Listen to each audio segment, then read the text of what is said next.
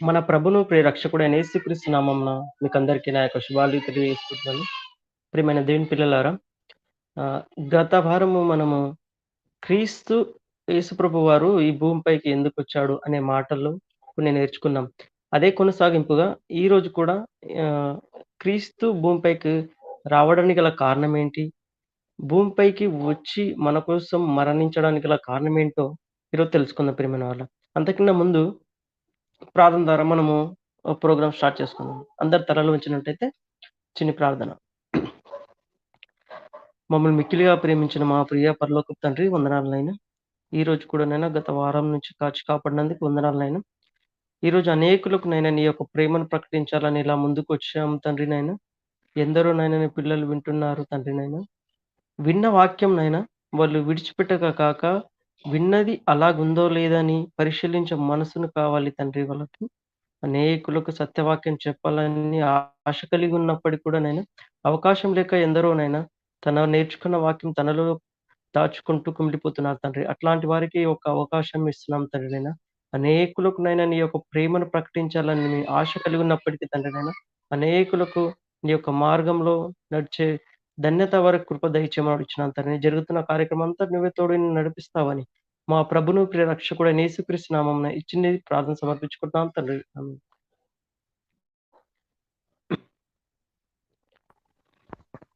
మన ప్రభును ప్రియ రక్షకుడైన యేసుక్రీస్తు నామమున నా యొక్క శుభాభివందనాలు తెలియజేసుకుంటున్నాను. గత వారం నుంచి మనము క్రీస్తు భూమిపైకి ఎందుకొచ్చాడు? భూమిపైకి రావడానికి గల కారణాలేంటో గత వారం కొన్ని తెలుసుకున్నాం. అదే కొనసాగింపుగా ఈరోజు కూడా మనము కొన్ని మాటలు నేర్చుకొని ఎందుకు యేసుప్రభు వారు భూమిపైకి రావడానికి కారణం ఏంటో తెలుసుకుందాం. ఇలాంటి మాటలకు వివరించడానికి మన మధ్యలో ఉన్న బ్రదర్ ప్రకాష్ గారు కూడా అనేకమైన మాటలు మనకు చెప్పి బైబిల్ ద్వారా మనకు చూపిస్తాడని మనమందరము నమ్మాలి. ఎందుకంటే యేసు ప్రభు వారు పండగ చేసుకోవడానికే భూమిపైకి వచ్చారనుకుంటున్నారు గానీ, యేసు ప్రభు వారు పండగ చేసుకోవడానికి భూమిపైకి రాలేదు. యేసు ప్రభు వారికి ఒక బాధ్యత తండ్రి అయిన దేవుడు అప్పగించున్నప్పటికీ, ఆ యొక్క బాధ్యతను నెరవేర్చడానికే యేసు ప్రభు వారు భూమిపైకి వచ్చాడు. ఆ యొక్క బాధ్యతను మనము తెలుసుకోలేకపోగా, పండగ పేరుతో ఇలా తప్పులు చేస్తూ క్రీస్తును అవమానపరిచే వారంగా మనమున్నాం. క్రిస్మస్ అంటే క్రీస్తును ఆరాధించాలి తప్ప, క్రీస్తుని బాధ పెట్టకూడదు, అవమానపరచకూడదు. నేడున్న క్రిస్మస్ పండగలోని చాలా మంది చేస్తున్న పొరపాటేంటంటే క్రీస్తుని పేరు చెప్పుకుంటూ, తన ఇష్టానుసారమైన కోరికలు నెరవేర్చుకుంటూ, మందు తాగడం, వ్యభిచరించడం, క్రిస్మస్ పండుగలో జరిగే కార్యక్రమాలు ఎన్నో ఘోరాతి ఘోరంగా ఉన్నప్పటికి కూడా, క్రీస్తును పేరు పెట్టుకొని నామకార్థ క్రైస్తవులుగా బ్రతుకుతున్నాం. ప్రతి ఒక్కరు కూడా ఈ యొక్క మాటలు మీకు గద్దింపుగా కావాలి. ఎందుకంటే, యేసుప్రభు వారు భూమిపైకి రావడానికి గల కారణాలున్నాయి. నువ్వు పండగ చేసుకుంటావు, నువ్వు సంతోషంగా ఉంటావని యేసుప్రభు వారు ఎప్పుడు కూడా అలా రాలేడు. యేసు ప్రభువు రావడానికి ఎన్నో కారణాలున్నాయి. తండ్రి అయిన దేవుడు తనకొక బాధ్యతను అప్పగించి భూమిపైకి పంపించాడు. అదే బాధ్యత కూడా క్రైస్తవులమైన మనము పైన అదొక బాధ్యతుంది. ఆ యొక్క బాధ్యతను నెరవేర్చలేక మనం ఇష్టానుసారంగా బ్రతుకుతున్నాము. అందుగురించే మేము పెట్టవలసిన టైటిల్ ఏందంటే, యేసు ప్రభువారు భూమిపైకి ఎందుకొచ్చారు? యేసు ప్రభువారు భూమిపైకి ఎందుకొచ్చాడు? క్రీస్తు యొక్క పరమార్థం ఏందని మీకు ఆలోచింపజేయాలనే మా ప్రయత్నంతోటే ఈ యొక్క టైటిల్‌ని పెట్టి, ఈ లైవ్ ద్వారా మీతో మాట్లాడడానికి మేము ముందుకొచ్చాము.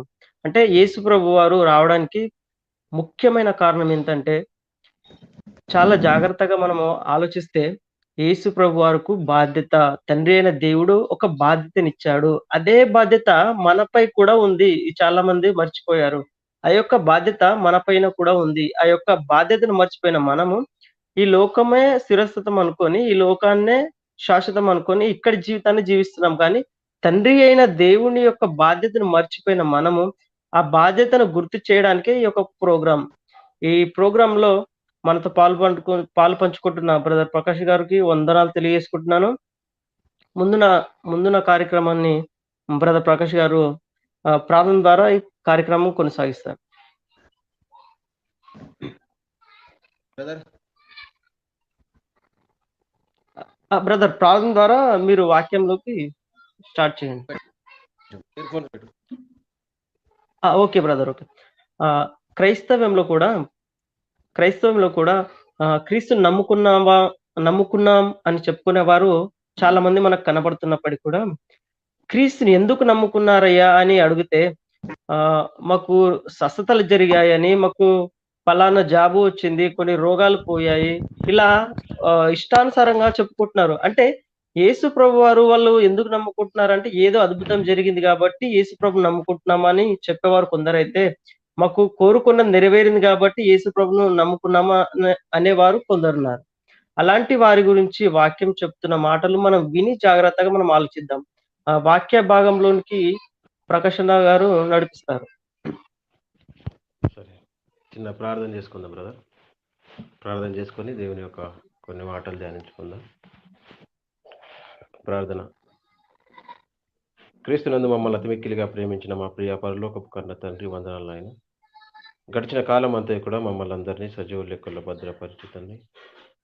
ఈ యొక్క కార్యక్రమం ద్వారా తండ్రి, ఇదిగో మీ పిల్లలతో మాట్లాడటకు నాకు ఇచ్చినటువంటి మంచి ధన్యతను బట్టి మీకు వందనములు చెల్లిస్తున్నాను తండ్రి. ఇదిగో నాయన, మీ యొక్క కుమారుని రాక ఈ భూమిపైన ఎందుకు జరిగింది అన్నటువంటి అంశంతో తండ్రి గత 2 వారాలుగా తండ్రి ఇదిగో మేము మాట్లాడుతున్నాము తండ్రి.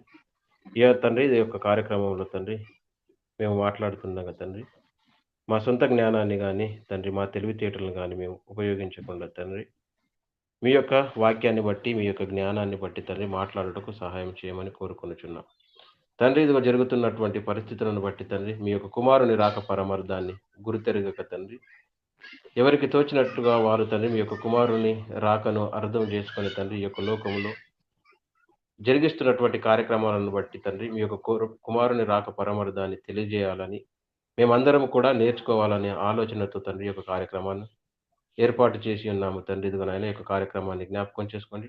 ఈ యొక్క కార్యక్రమంలో మాట్లాడుతున్నటువంటి మాటలు తండ్రి, ఇదిగో నాయన, ఎవరికైనా బాధను కలిగించినట్లయితే తండ్రి ఇదిగో నాయన, ఆ బాధ కేవలం మారు మనసు నిమిత్తమే అని తండ్రి వారు గ్రహించి మమ్మల్ని అందరికీ కూడా సహోదరులుగా భావించుటకు సహాయం చేయమని కోరుకొనుచున్నాం తండ్రి. యొక్క కార్యక్రమంలో పాల్గొతున్నటువంటి వారందరూ కూడా జ్ఞాపకం చేసుకోండి తండ్రి. మాట్లాడుతుండగా మీ యొక్క పరిశుద్ధాత్మ సహాయాన్ని మాకు తోడుగా ఉంచండి. వినిచున్న మీ పిల్లలకు సమయోచితమైనటువంటి జ్ఞానాన్ని అనుగ్రహించమని కోరుకుంటూ క్రీస్తు నామమును బట్టి ప్రార్థన సమర్పిస్తున్నాను తండ్రి. ఆమేన్. ఆమేన్. బ్రదర్, క్లారిటీగా వినబడుతుందా? ఓకే. మీ వాయిస్ క్లారిటీగా ఉంది. నాది వాయిస్ క్లారిటీ ఉందా?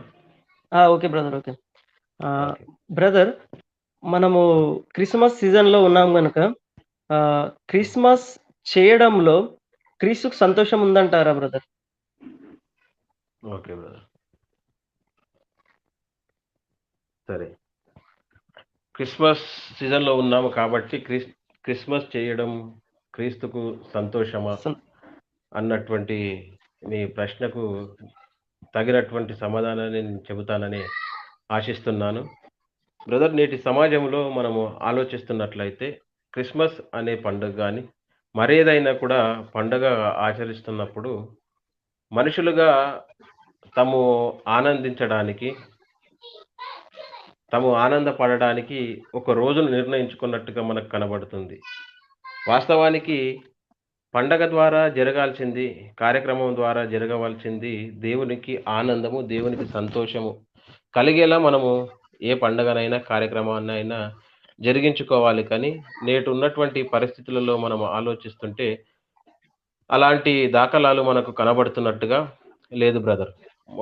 సూటిగా ఒక ప్రశ్న చెప్పాలి అని అంటే, దేవునికి ఎప్పుడు ఆనందము, దేవునికి ఎప్పుడు సంతోషం అని అంటే, మనము పండుగలు చేసుకుంటున్నప్పుడు ఆయన సంతోషము కాదు కానీ, మనం ఏదో కొత్త బట్టలు వేసుకోవటం వల్ల ఆయనకు సంతోషము కాదు కానీ, దేవుడు సంతోషపడవలసింది, దేవుడు సంతోషపడతాను అన్నది ఒకే ఒక సందర్భంలో అని మనము జ్ఞాపకం చేసుకోవాలి బ్రదర్.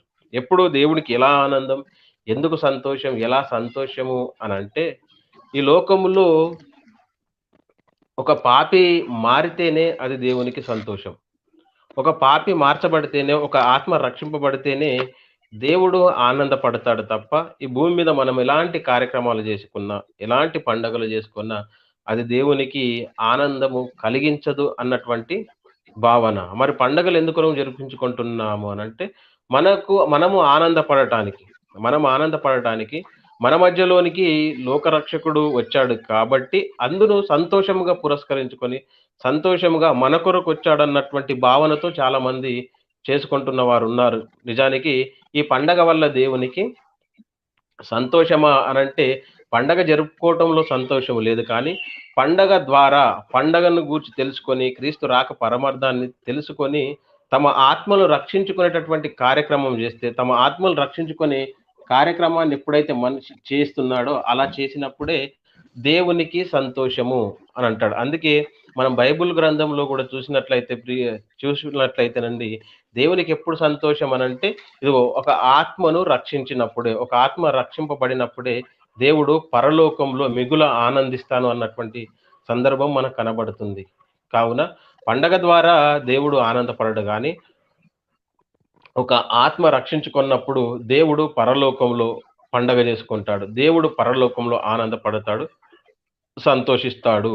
ఈ పండగ యొక్క ముఖ్య ఉద్దేశము కూడా అదే. మనం గత వారం మాట్లాడుకున్నాం. పోయిన వారం క్రీస్తు రాక పరమార్థాన్ని తెలుసుకొని మనము పండుగను జరిపించుకున్నట్లయితే అది మన ఆత్మీయ జీవితాలకు ఉపయోగకరం అన్న సందర్భాన్ని మనం మాట్లాడుకున్నాం బ్రదర్. అందుకే మరి క్రీస్తు రాక ఎందుకు జరిగిందనంటే పాపంలో ఉన్నటువంటి ప్రజలను రక్షించడానికి కదా, పాపంలో ఉన్నటువంటి పరిశుద్ధులుగా చేయడానికి, ఈ లోకానుసారమైనటువంటి జీవితాన్ని విడిచిపెట్టి పరలోక సంబంధమైనటువంటి జీవితాన్ని కదా, ఆత్మ సంబంధమైనటువంటి జీవితాన్ని మనము జీవించాలని మాత్రమే క్రీస్తు ప్రభుల వారు ఈ లోకానికి వచ్చాడు అన్న సందర్భాలు మనము నేర్చుకున్నాం, చదువుకున్నాం. కాబట్టి ఈ సమయంలో కూడా నేను మీతో చెప్పేది ఏంటి అనంటే దేవునికి ఎప్పుడు ఆనందము అనంటే ఒక ఆత్మ రక్షింపబడినప్పుడే.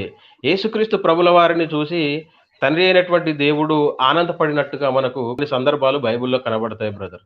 ఈయన నా ప్రియకుమారుడు, ఈయన యందు నేను ఆనందించుతున్నాను అంటున్నాడు. ఈయన నా ప్రియకుమారుడు, ఈయన యందు నేను ఆనందించుతున్నాను అంటున్నాడు. అంటే తండ్రి తన యందు కుమారుణ్ణి చూసి ఆనందిస్తున్నాడు, యేసుక్రీస్తు ప్రభుల వారిని చూసి ఆనందిస్తున్నాడు. ఎందుకు ఆనందిస్తున్నాడు? యేసుక్రీస్తును చూసి చాలా మంది భక్తులు వచ్చారు, చాలా మంది పిలువబడ్డారు.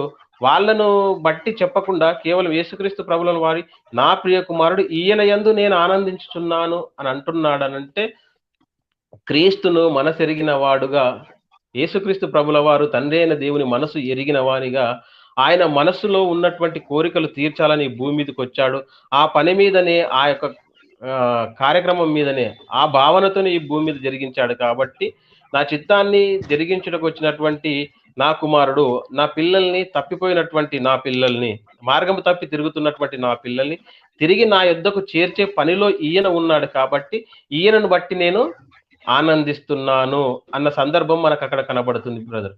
కాబట్టి మరి యేసుక్రీస్తు ప్రభుల వారు ఈ లోకంలోనికి వచ్చి చేసింది ఏంటి అనంటే గత వారం చదువుకున్నాం. ఏమని?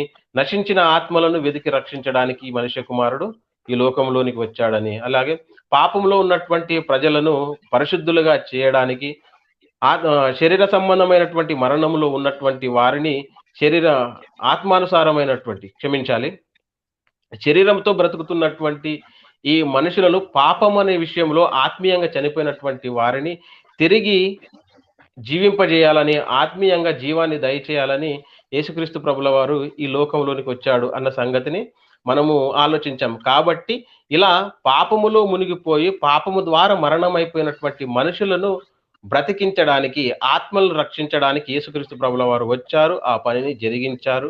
కాబట్టి అలా జరిగిస్తాడని దేవుడు, తండ్రి అయిన దేవుడు యేసుక్రీస్తుని బట్టి చెబుతున్నాడు. ఈయన నా ప్రియ కుమారుడు, ఈయన యందు నేను ఆనందించుచున్నాను అని అంటే తన రాక దేవునికి ఆనందాన్ని కలిగించింది. తన చిత్తాన్ని ఎరిగి భూమి మీద నడుచుకుంటాడు కాబట్టి ఆ మాట చెప్పడం జరిగింది. కావున దేవునికి ఆనందం ఎలా అనంటే బ్రదర్, మన బ్రతుకును బట్టి ఆయన ఆనందపడతాడు. మన జీవితాన్ని బట్టి, మన క్రియలను బట్టి, మన ప్రవర్తనను బట్టి ఒక ఆత్మ రక్షించేదిగా మన ప్రవర్తన ఉన్నప్పుడు, ఒక ఆత్మను దేవుని దగ్గరికి నడిపించేదిగా మన మాట తీరు, మన క్రియలు ఉన్నప్పుడు దేవుడు ఆనందపడతాడు తప్ప దేవునికి సంబంధం లేకుండా కదా, దేవుని ఉద్దేశాలను పక్కన పెట్టి మనము కొత్త బట్టలు వేసుకొని పండగ చేసుకొని పిండి వంటలు వండుకున్నంత మాత్రాన దేవుడు ఆనందపడతాడు అని అనుకోవటం అది నా వ్యక్తిగత అభిప్రాయంలో మాత్రం అది తప్పే. వ్యక్తిగత అభిప్రాయంలో తప్పు. కాబట్టి దేవుడు ఎప్పుడు ఆనందపడతాడు అని అంటే బ్రదర్, ఒక ఆత్మను రక్షించడానికి మనము ప్రయాసపడినప్పుడు, ఒక ఆత్మను దేవుని యొద్దకు నడిపించడానికి మనం సిద్ధపడినప్పుడు, అలా నడిపిస్తున్నప్పుడు దేవుడు ఆనందపడతాడు. పండగను చేసుకోవటం వల్ల దేవుడు ఆనందపడడు. అది మన యొక్క వ్యక్తిగత ఆనందమే. మనము ఈ శరీర సంబంధమైనటువంటి ఈ ఆనందాన్ని పొందుకోవటం కానీ దీనిలో దేవునికి ఎలాంటి ఆనందము లేదన్నటువంటి అభిప్రాయం బ్రదర్ నాది. Okay brother.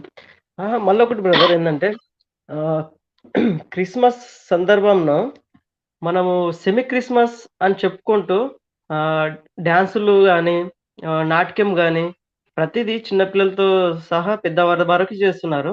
దానిలో వచ్చిన సందేశం ఏంటంటే బ్రదర్, ఇప్పుడు ఒక నాట్యం మనం ప్రదర్శిస్తున్నారు గదా! అదే సంవత్సరాలు గడిచిన కొద్దీ అదే నాట్యమును తెరపైన గాని, లేకుంటే ప్రత్యక్షంగా గాని చూపిస్తున్నప్పుడు చూస్తున్న వారు కూడా యేసుప్రభు ఇలా పుట్టాడా, ఇలా పుట్టాడా అని ప్రతి ఒక్కరు సందేహపడుతున్నారు. కానీ అక్కడ విషయం ఏంటంటే, యేసుప్రభు పశువుల పాకలో పుట్టాడా? లేక పశువుల తొట్టిలో పడుకోబెట్టాడన్న సందేహం కూడా క్రైస్తవుల్లో ఉంది బ్రదర్. ఎందుకంటే నేడు రక్షకుడు మీ కొరకు పుట్టినాడంటే దేవదూత చెప్పింది. కానీ వీళ్ళేమంటున్నారంటే, ఎక్కడ పుట్టిందంటే పశువుల పాకలో పుట్టిండని పాటలు కూడా ఈ క్రిస్మస్ సీజన్‌లో మనకు కనబడుతున్నాయి. అవును బ్రదర్. అవును. అయితే మనకు ఈ విషయంలో చాలా క్లారిటీ మనకు రావాలి బ్రదర్. యేసుక్రీస్తు ప్రభుల వారు పలానా ప్రాంతంలో పుట్టాడు, పలానా ఎగ్జాక్ట్‌లీ ఒక స్థలంలో పుట్టాడు అన్నటువంటి సందర్భం మనకు బైబిల్‌లో రాయబడలేదు. కానీ ఆయన పుట్టిన తర్వాత పరుండబెట్టినటువంటి సందర్భం మనకు కనబడుతది. యేసుక్రీస్తు ఆ! ప్రభుల వారు పుట్టినటువంటి గ్రామం పేరు జెప్పాడు. పుట్టేటటువంటి దేశం పేరు జెప్పాడు. ఏ పరిసర ప్రాంతాల్లో నివసిస్తాడు, పుడతాడు అన్నటువంటి సంగతి దేవుడు మనకు చెప్పాడు గానీ, ఆయన ఖచ్చితంగా ఈ స్థలంలోనే పుట్టాడు, ఈ ఏరియాలోనే పుట్టాడు అన్నటువంటి సంగతి మనకు బైబిల్‌లో కనబడదు బ్రదర్. ఇది మనము మత్తయి సువార్తలో మనం జూసినట్లయితే మనకు కనబడుతుంది. మత్తయి సువార్తలో అని అంటాడు. ఇక్కడ యేసుక్రీస్తు కనిన తరువాత పరుండబెట్టెను అనే సంగతి మనకు కనబడుతుంది. అవును. ఎక్కడుంటది బ్రదర్ రిఫరెన్స్ ఒకసారి జూడండి.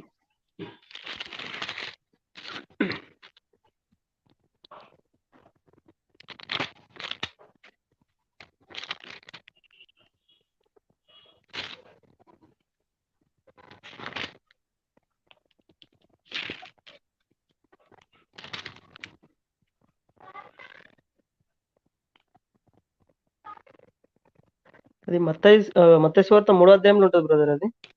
అవును. చూడండి ఒకసారి.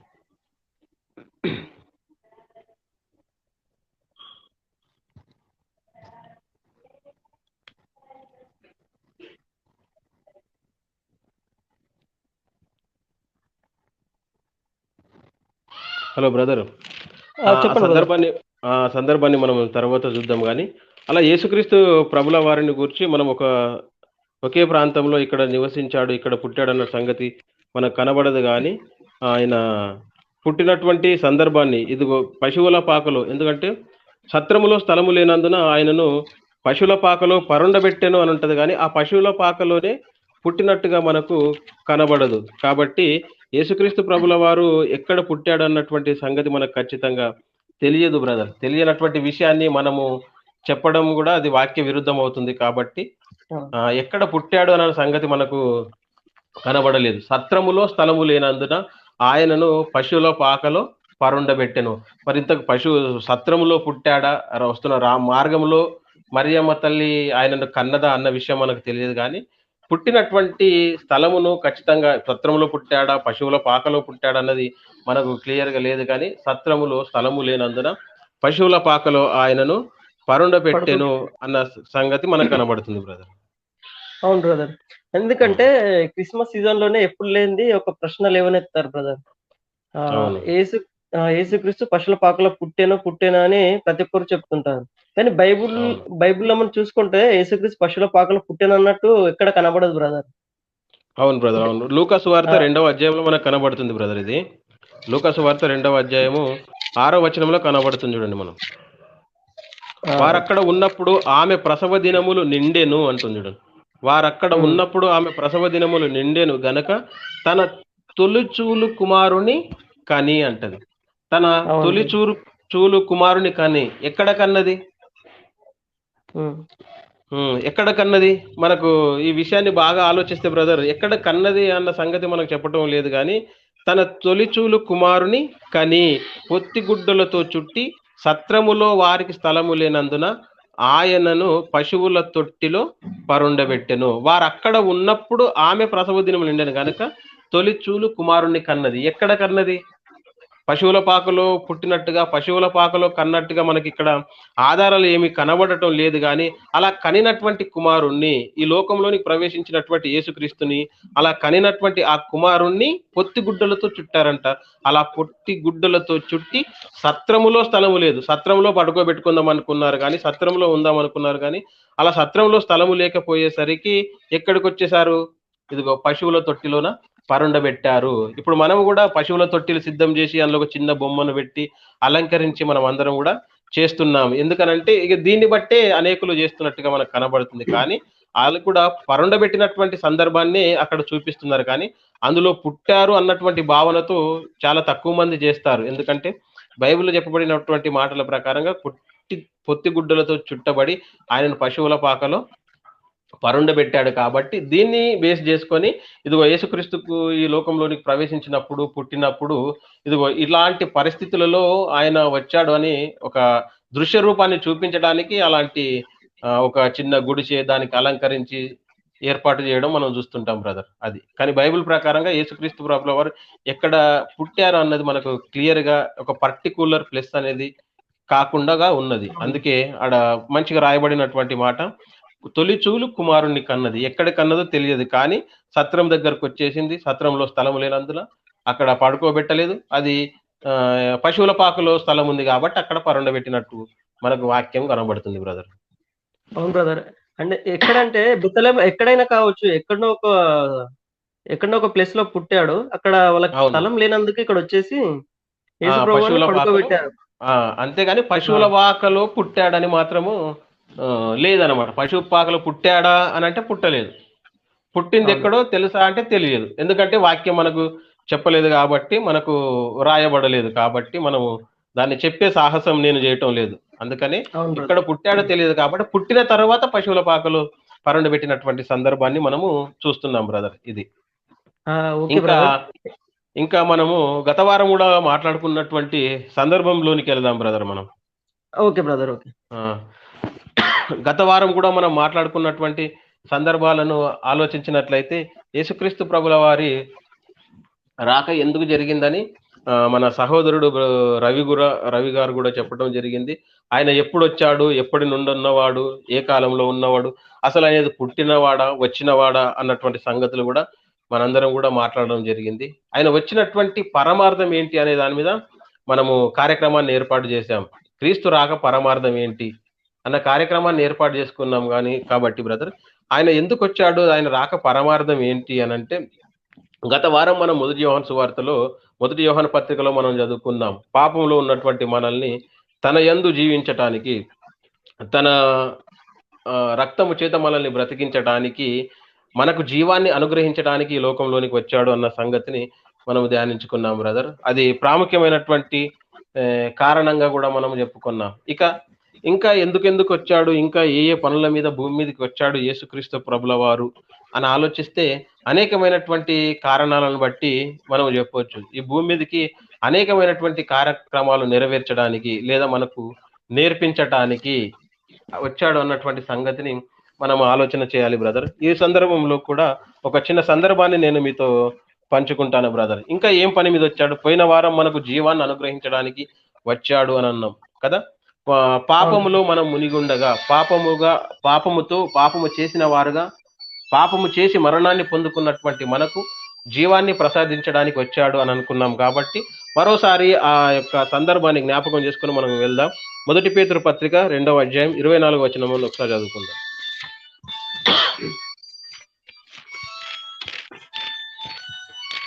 మొదటి పేతురు పత్రిక 2వ అధ్యాయము 24వ వచనంలో ఒక మాట ఉంటుంది బ్రదర్, చదవండి.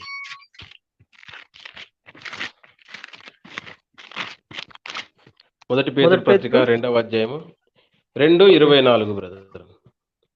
మనము పాపముల విషయమై చనిపోయి, చూడండి, మనము పాపముల విషయమై చనిపోయి నీతి విషయమై జీవించినట్లు ఆయన తానే తన శరీరం అందు మన పాపములను మ్రాను మీద మోసుకొనెను. చూడండి, యేసుక్రీస్తు ప్రభుల వారు ఈ లోకంలోనికి వచ్చినటువంటి కారణంగా మొదటిది ప్రాముఖ్యమైనటువంటి కారణాన్ని గత వారం మాట్లాడుకున్నాం. పాపంలో ఉన్నటువంటి మనల్ని పరిశుద్ధతలోనికి నడిపించడానికి, మరణములో ఉన్నటువంటి మనల్ని జీవములోనికి ప్రవేశింపజేయడానికి వచ్చాడని చదువుకున్నాం. కాబట్టి ఈ మాట కూడా మనకు అదే సందర్భాన్ని తెలియజేస్తుంది. మనము పాపముల విషయమై చనిపోయిన వారంగా ఉన్నామంట. పాపముల విషయమై ఎప్పుడైతే మనం చనిపోయిన వారముగా ఉన్నామో, చనిపోయిగా ఉన్నప్పుడు నీతి విషయమై జీవించినట్లు, పాపం విషయమై జీవించి చనిపోయి నీతి విషయమై జన్మించినట్లు జీవించినట్లు ఆయన తానే తన శరీరం మందు మన పాపములను మన మీద మోసుకొనెను. అంటే క్రీస్తు రాక పరమార్థం గురించి మాట్లాడుతున్నటువంటి మనము ఇదిగో క్రీస్తు రాక ఎందుకు జరిగిందనంటే మరో సందర్భాన్ని కూడా మనం ఆలోచించుకుందాం. మనం పాపం విషయంపై మనం చనిపోయి నీతి విషయమై, నీతికి ఆయనే కారకుడు కాబట్టి ఆయన ద్వారా మనము జీవించినట్లు యేసుక్రీస్తు ప్రభుల వారు ఈ లోకంలోనికి వచ్చినట్టుగా మనకు కనబడుతుంది బ్రదర్. ఇక మరొక పనిని మనం ఆలోచిస్తే, మరో కార్యక్రమాన్ని ఆలోచిస్తే, ఉన్నతమైనటువంటి కారణాన్ని, యేసుక్రీస్తు ప్రభుల వారు భూమి మీదకి వచ్చినటువంటి ఉద్దేశాన్ని ఆలోచిస్తే సువార్తను ప్రకటించడానికి వచ్చినటువంటి పనిగా మనం చెప్పుకోవచ్చు బ్రదర్. ఇంకెందుకు వచ్చాడు అంటే ఇక సువార్త పని మీద కూడా తను వచ్చినట్టుగా మనము చూస్తాం. యేసుక్రీస్తు నుండి స్వయంగా తన నోటి నుండి వచ్చినటువంటి మాటను మనం ఆలోచిస్తే మార్కు సువార్త 1వ అధ్యాయము 38వ వచనంలో ఒక మాట చూద్దాం మనం. మార్కు సువార్త 1వ అధ్యాయము 38వ వచనం. మార్కు సువార్త 1వ అధ్యాయము 38వ వచనంలో మనకి ఇక్కడ సందర్భం కనబడుతుంది బ్రదర్.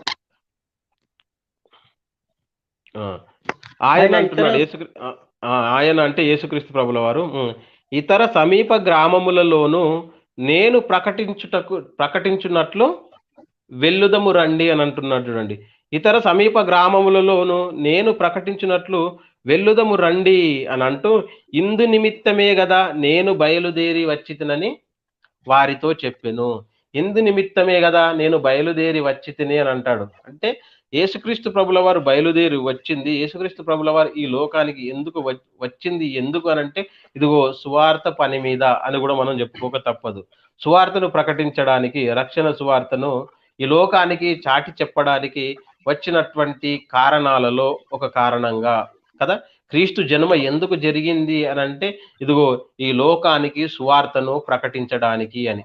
సువార్తను ప్రకటించడానికి వచ్చినట్టుగా యేసుక్రీస్తు ప్రభుల వారి ద్వారానే, తన నోటి ద్వారానే మనం వింటున్నాం. ఇదిగో ఇతర సమీప గ్రామాలలోనికి వెళ్ళి మనం సువార్త ప్రకటించడం రండి. ఎందుకంటే నేను వచ్చిన పని అదే, నేను వచ్చింది సువార్త ప్రకటించడానికి కాబట్టి ఆ సువార్త నిమిత్తమే నేను వచ్చాను కాబట్టి పదండి వెళ్ళి సువార్తను ప్రకటించుదాం అన్న మాటను మనం చూస్తున్నాం బ్రదర్. అంటే యేసుక్రీస్తు ప్రభుల వారు ఈ లోకానికి వచ్చింది సువార్తను ప్రకటించడానికి. మరో సందర్భాన్ని కూడా మనం చూస్తేనండి, లూకా సువార్త 4వ అధ్యాయము 43వ వచనం. లూకా సువార్త 4వ అధ్యాయము 43వ వచనంలో కూడా చూద్దాం బ్రదర్.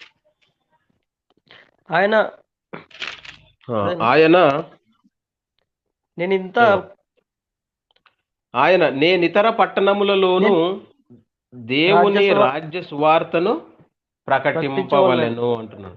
నేనితర పట్టణములలోను దేవుని రాజ్య సువార్తను ప్రకటింపవలెను, ఇందు నిమిత్తమే నేను పంపబడితినని వారితో చెప్పాను.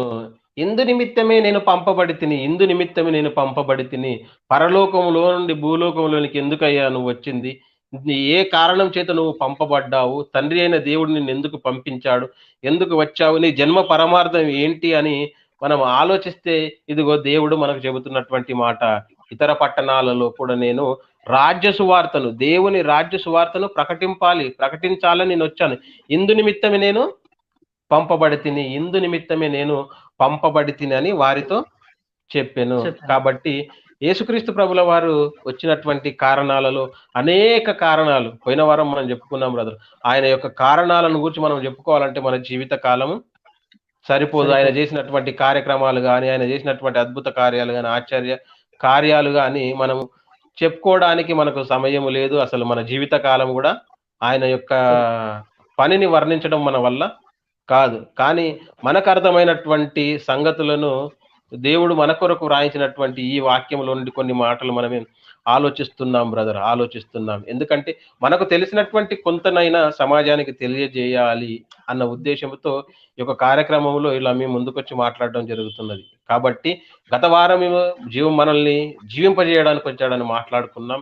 ఈ వారం మనం ఆలోచిస్తే, ఈ సందర్భాలను ఆలోచిస్తే, ఇదిగో నేను సువార్తను ప్రకటించడానికి అంటున్నాడు. ఇందుకొరకే కదా నేను వచ్చింది అంటే, సువార్త ప్రకటించడానికే నేను వచ్చాను, ఆ సువార్తను ప్రకటించడానికే నేను పంపబడ్డాను ఈ లోకానికి అన్నటువంటి సంగతులను మనం ఆలోచిస్తున్నాం. కాబట్టి యేసుక్రీస్తు ప్రభుల వారి యొక్క రాక పరమార్థం ఏంటి, రాక ఎందుకు జరిగింది, ఆ రాక వెనుక ఉన్నటువంటి ఆంతర్యం ఏంటి అని అంటే, ఇదిగో తను ఈ లోకానికి ప్రకటించి రాజ్య సువార్తను, దేవుని రాజ్య సువార్త అంటే పరలోక సంబంధమైనటువంటి వాతావరణాన్ని, పరలోక సంబంధమైనటువంటి మాటలను, సువార్తను ఈ లోకానికి అందించడానికి వచ్చాడు అన్నటువంటి సంగతులు మనకు దీనిని బట్టి అర్థమవుతున్నాయి బ్రదర్. కాబట్టి యేసుక్రీస్తు రాక పరమార్థం, యేసుక్రీస్తు రావాల్సినటువంటి కారణాలలో ప్రాముఖ్యమైనటువంటి కారణాన్ని కూడా మనం దీన్ని చెప్పుకోవచ్చు బ్రదర్. అది బ్రదర్, ఇక్కడ మనకు సందేశం ఏంటంటే, యేసు ప్రభు వారు పంపబడితేనే వచ్చా అని చెప్తున్నారు కదా. అవును, నేను పంపబడితేనే అని అంటే, అవును, పంపించింది మాత్రం తండ్రి అయిన దేవుడు యేసు ప్రభు వారికి బాధ్యతనిచ్చి పంపించాడు. ఆ బాధ్యతలో ఇదొక బాధ్యత, సువార్త. అవును బ్రదర్, అంతే. యేసుక్రీస్తు ప్రభుల వారు వచ్చింది తండ్రి పంపగానే వచ్చాడు. ఇంకో విషయం చెప్పేది ఏంటంటే బ్రదర్, తండ్రి పంపితేనే వచ్చాడు, తండ్రి చెప్పమన్నవి వచ్చి చెబుతున్నట్టుగా మనకు కనబడుతుంది బ్రదర్. ఈ సందర్భంలో మనం ఆలోచిస్తే యేసుక్రీస్తు ప్రభుల వారు కూడా అనేక సందర్భాలలో మనకు కొన్ని మాటలు చెబుతుంటాడు. నా అంతటా నేను ఏది చేయలేదు కానీ నన్ను పంపిన వాని చిత్తము నెరవేర్చుటకే ఈ లోకంలోనికి నేను వచ్చాను అని చెప్తాడు బ్రదర్. అయితే ఈ సందర్భంలో మీకు ఒక మాట చూపిస్తాను. యోహాను సువార్త 8వ అధ్యాయంలో మనకు ఒక మాట కనబడుతుంది బ్రదర్. యోహాను సువార్త 8వ అధ్యాయం 25వ వచనం నుండి నేను చదువుతాను చూడండి. పంపబడితే వచ్చిన వాడా అని అంటే, అవును, తండ్రి అయిన దేవుడు ఈ లోకానికి పంపితేనే వచ్చాడు. అలా అంతేకాకుండా తండ్రి అయిన దేవుని ఎదుటనే ఏమేం ప్రకటించాలి, ఏమేం చేయాలి అన్న సంగతులను నేర్చుకుని వాడుగా వచ్చినట్టుగా మనకు కనబడుతుంది. ఈరోజు చాలా మంది అనుకుంటారు బ్రదర్, ఈ సందర్భంలో నేను ఒక సందేశాన్ని ఇవ్వాలనుకుంటున్నాను ఎవరికైనా కూడా. ఏంటి అని అంటే, చాలా మంది వాక్యాన్ని ప్రకటించడానికి వెళ్తున్నప్పుడు, వాక్యం దగ్గరికి వెళ్తున్నప్పుడు మనము సిద్ధపడితే చాలు, స్టేజ్ మీదకి ఎక్కితే చాలు, ఏం మాట్లాడాలనో దేవుడే మనకు అనుగ్రహిస్తాడు అన్న సందర్భాలు నేను చాలాసార్లు వింటున్నాను. మనం సిద్ధపడితే చాలు, స్టేజ్ మీదకి వెళ్ళగానే మనం ఏం మాట్లాడాలనో దేవుడు మనకు నేర్పిస్తాడు, పరిశుద్ధాత్మ దేవుడు మనకు సహాయాన్ని చేస్తాడు, మనము మాట్లాడుకోవచ్చు, కాబట్టి మాట్లాడడానికి చింతపడొద్దు అని అంటారు. బైబిల్ చదువుకోయినా పర్వాలేదు, బైబిల్ పరిశీలన చేయకపోయినా పర్వాలేదు, కానీ స్టేజ్ మీదకి వెళ్ళి ఎక్కగానే దేవుడు పరిశుద్ధాత్మ సహాయంతో మాటలు అందిస్తాడంట బ్రదర్. ఈ విషయాన్ని నేను నమ్మను. ఎందుకంటే స్వయంగా యేసుక్రీస్తు ప్రభుల వారే తండ్రి అయిన దేవుని ఎదుట నేర్చుకున్నాడు సంగతులను. తండ్రి అయిన దేవుని ఎదుట నేర్చుకున్న సంగతులు ప్రకటిస్తే మరి నేడున్నటువంటి చాలా మంది అనేకులు లేదు, పోయి స్టేజ్ మీద నిలబడితే మనం ఏం మాట్లాడాలో మనకు అందిస్తాడు, అవే మాట్లాడతాం అన్నటువంటి సందర్భాలు మనకు కనబడుతున్నాయి. కానీ ఈ సందర్భాన్ని చూస్తే మనకు అలా అనిపించటం లేదు. ఒకసారి చూద్దాం బ్రదర్. 25వ వచనం, 8వ అధ్యాయము 25వ వచనం. కాబట్టి వారు నీవెవరవని ఆయనను అడుగగా యేసు వారితో, మొదట నుండి నేను మీతో ఎవడనని చెప్పుచుంటినో వాడనే, మిమ్మును గూర్చి చెప్పుటకును తీర్పు తీర్చుటకును చాలా సంగతులు నాకు కలవు గాని చెబుతున్నాడు అంట బ్రదర్. ఇక్కడ ఇంతకుముందు ఇందు నిమిత్తమే నేను పంపబడితే నేను చదువుకున్నాం కదా, మరి ఇక్కడ కూడా 26వ వచనంలో ఏమంటున్నాడు ఇది చూడండి. నన్ను పంపినవాడు సత్యవంతుడు, నేను ఆయన యొద్ద వినున్న సంగతులే లోకమునకు బోధించుచున్నానని చెప్పెను. చూడండి, నన్ను పంపినవాడు అంటే పంపగా వచ్చిన వాడనే కదా యేసుక్రీస్తు ప్రభుల వారు. తండ్రి అయిన దేవుని చిత్త ప్రకారంగా, తండ్రి అయిన దేవుని సంకల్పం మేరకు ఈ భూమి మీదకి వచ్చాడు బ్రదర్, ఈ భూమి మీదకి వచ్చాడు. మరో విషయాన్ని కూడా ఈ సందర్భాన్ని ఇలా ఉండి ఇంకో విషయాన్ని చెప్తాను నేను. పంపబడగా వచ్చిన వాడు అని అంటే యేసుక్రీస్తుని భూమి మీదకి పంపించాలని దేవుడు ఎప్పుడు అనుకున్నాడు అని అంటే ఎఫెసీ పత్రికలో మనకు కనబడుతుంది బ్రదర్. ఎఫెసీ పత్రిక మొదటి అధ్యాయము 4-6 వచనాలు కలిసి ఉంటాయి. ఒకసారి చూద్దామా సమయం ఉంటే? Okay brother. ఎఫెసీ పత్రిక మొదటి అధ్యాయం, ఎఫెసీ పత్రిక మొదటి అధ్యాయం 4-6 వచనాల్లో మనకు కనబడుతుంది బ్రదర్. చదువుతాను చూడండి. ఎట్లనగా తన ప్రియునియందు తాను ఉచితముగా మనకు అనుగ్రహించిన తన కృపా మహిమకు కీర్తి కలుగునట్లు తన చిత్త ప్రకారమైన దయా సంకల్పము చొప్పున యేసు క్రీస్తు ద్వారా అంటున్నాడు చూడండి. ఇక్కడ యేసు క్రీస్తు ద్వారా క్షమించండి, తనకు కుమారులనుగా స్వీకరించుటకై. ఎవరి ద్వారా? యేసుక్రీస్తు ద్వారా తనకు కుమారులనుగా స్వీకరించుటకై మనలను ముందుగా తన కోసము నిర్ణయించుకొని మనము తన ఎదుట పరిశుద్ధులముగా నిర్దోషులమునై ఉండవలనని జగత్తు పునాది వేయబడక ముందే ప్రేమ చేత క్రీస్తులో మనలను ఏర్పరచుకొనెను. జగత్తుకు పునాది వేయబడక ముందే క్రీస్తులో మనం ఏర్పరచుకున్నట. మరి జగత్తుకు పునాది వేయబడక ముందే మనం ఉన్నామా? జగత్తుకు పునాది వేయబడక ముందే మనల్ని క్రీస్తులో ఏర్పరచుకున్నాను అని అంటే దేవుణ్ణి, క్రీస్తును భూమి మీదకి రప్పించాలి, భూమి మీదకి పంపించాలి అన్న ఆలోచన దేవునిలో ఎప్పటి నుండి ఉన్నది అనంటే ఇదిగో జగత్తుకు పునాది వేయబడక మునిపే. ఈ జగత్తుకు పునాది వేయబడక ముందే ఇదిగో నా పిల్లల ఎదుటకు వారు పాపము చేస్తారు, పడిపోతారు, చెడిపోతారు కాబట్టి తిరిగి వాళ్ళు నా యొద్దకు చేర్చుకోవడానికి, వాళ్ళకి రక్షణను కలిగించాలంటే నా ప్రియకుమారుని నేను పంపించాలి.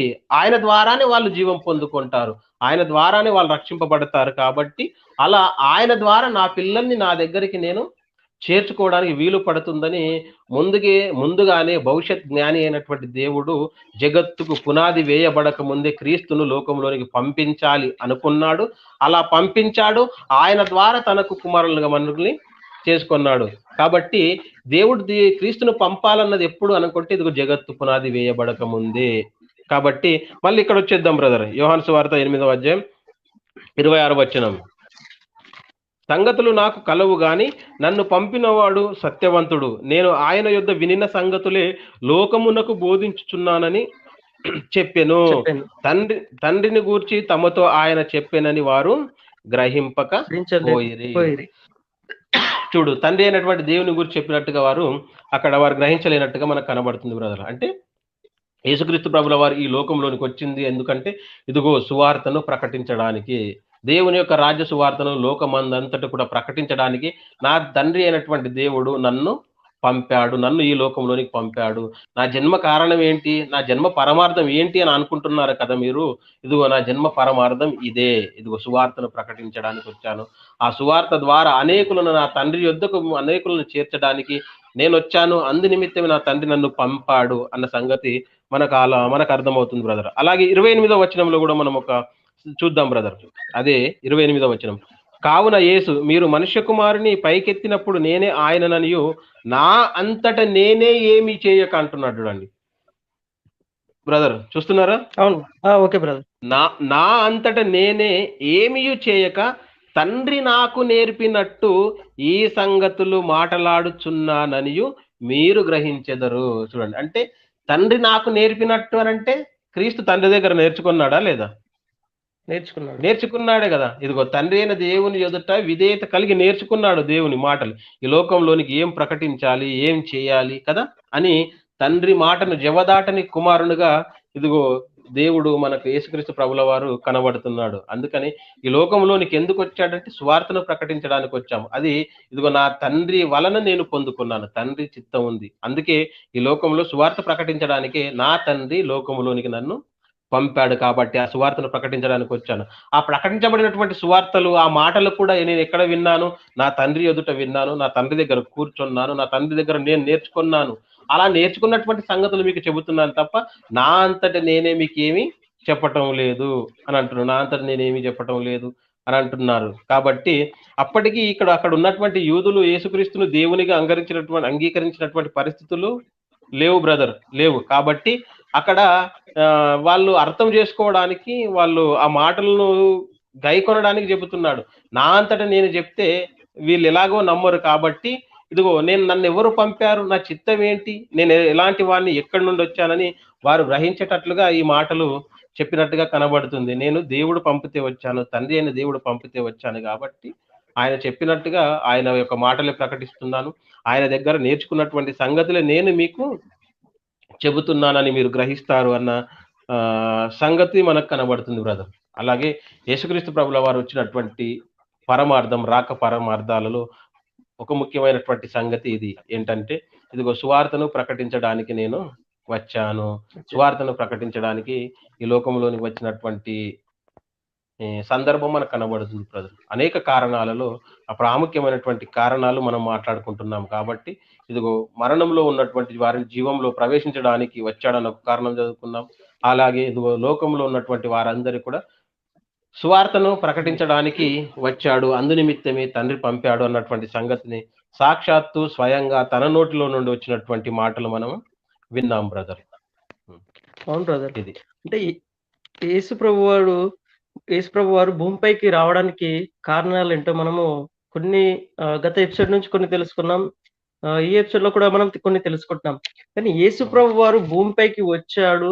ఆయన రావడానికి కారణాలేంటో మనం తెలుసుకుంటున్నాం గానీ, మనుషులుగా మనము భూమిపైకి వస్తున్నాం గానీ, మన కారణాలేంటో మనకు తెలవలేకపోతుంది. ఎందుకంటే అవును బ్రదర్. వాళ్ళు బైబుల్ చదవలేక, లేక వాళ్ళకి అర్థం కాదు బ్రదర్ మరి. అవును బ్రదర్. నీకు కంక్లూజన్‌లో మాటలు, ముగింపు మాటలు గూడా చెబుదాం అనుకున్నాను. సమయం గూడా అయిపోయింది. చెప్తే మీరేమన్నా మాట్లాడండి. నేను తర్వాత కొన్ని మాటలు గూడా చెప్తాను. ఎందుకనంటే చెప్పండి. Okay brother. ఓకే. క్రిస్మస్ మనము జరుపుకుంటున్నాం. చాలా సంతోషకర విషయం అది. క్రిస్మస్‌లోని పరమార్థం ప్రతి ఒక్కరు తెలుసుకోవాలి. యేసు ప్రభువారు స్వయంగా చెప్తున్న మాట ఏందంటే, నేను సువార్తను ప్రకటించడానికి వచ్చాను. నేను పాపులను రక్షించడానికి వచ్చాను. ఇలాంటి ఎన్నో పనులున్నప్పటికి కూడా యేసు ప్రభువారు చెప్తూనే వస్తున్నాడు. కానీ మనుషులమైన మనం కూడా తండ్రి యొద్ద ఉన్నవారమే. మనం తండ్రి యొద్ద ఉన్నవారము. తండ్రి కూడా మనల్ని పంపించాడు. యేసుక్రీస్తు ప్రభువారికి ఎలాగైతే పంపించాడో మనకు కూడా అదే విధంగా పంపించాడు. మనకు అవును కూడా కొన్ని బాధ్యతలు అప్పగించాడు. అవును. బాధ్యతలు అప్పగించి మనకు నెరవేర్చమని చెప్పాడు. కానీ ఆ బాధ్యతలనేది మనం మర్చిపోయాము.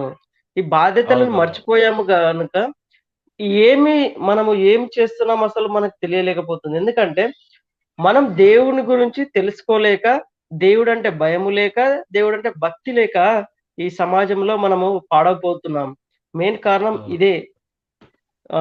దేవుడి గురించి తెలియలేకపోగా యేసు ప్రభువారు ఎందుకొచ్చాడు అంటే క్రైస్తవులు తెలుసుకోవాల్సిన విషయం ఏంటంటే, పండగ చేసుకోవడానికి కాదు గానీ, పండగలోని క్రీస్తు యొక్క జన్మదిన వేడుకల్లో నేను వచ్చిన పనులను గుర్తు చేయడానికి. ఇది నిజమైన క్రిస్మస్.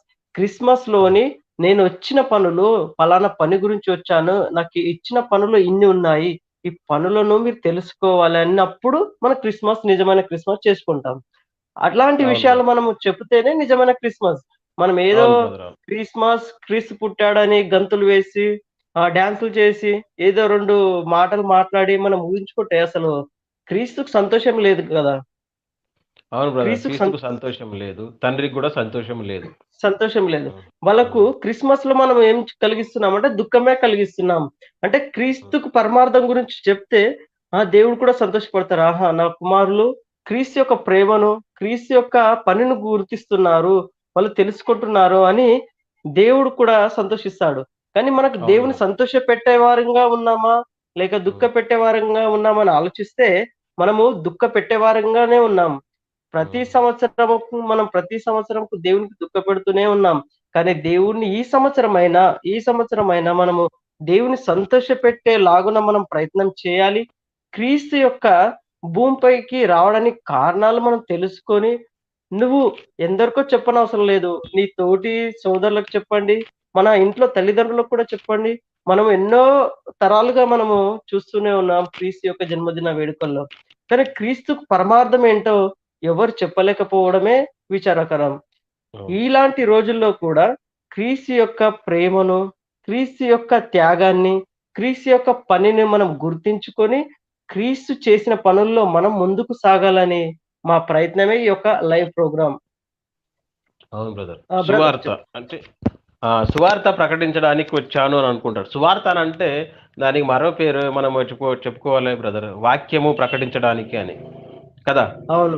వాక్యము ప్రకటించడానికి యేసుక్రీస్తు ప్రభుల వారు వచ్చారు. ఎందుకు వాక్యం ప్రకటించాలి, ఎందుకు సువార్త చేయాలి అని అంటే, ఆ సువార్తనే, ఆ వాక్యమే మనల్ని రక్షిస్తుంది బ్రదర్. ఆ వాక్యం మనల్ని రక్షిస్తుంది. అందుకే యాకోబు పత్రికలో మొదటి అధ్యాయంలో మనకు అంటాడు ఏమని, మీ ఆత్మలను రక్షించు శక్తిగల రక్షించే వాక్యమును సాత్వికముతో అంగీకరించుడి అని అంటాడు. అంటే మన ఆత్మల్ని రక్షించేది ఏంటి?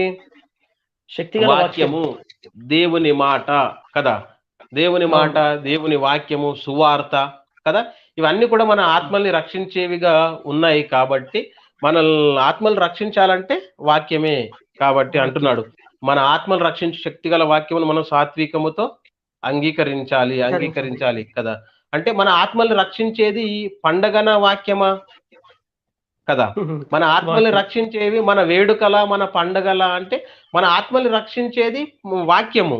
వాక్యం. మనల్ని రక్షించేది సువార్త. కానీ పండగ జరిపించుకుంటున్నాము అనంటే వాక్యంలో వాక్యానికి అంత ప్రాధాన్యత ఉండదు. మీరు చూడండి. అవును పండగలో బ్రదర్. గాని, పండగ జరిపించుకుంటాం గానీ, ఇదిగో పలానా దానికి టైం అవుతుంది, పలానా దానికి సమయం అవుతుంది. ఇంకెంతసేపు మీరు చేస్తారు? వాక్యమే చెప్తారు. బంద్ చేసేయండి, క్లోజ్ చేసేయండి అని అంటుంటారు కదా.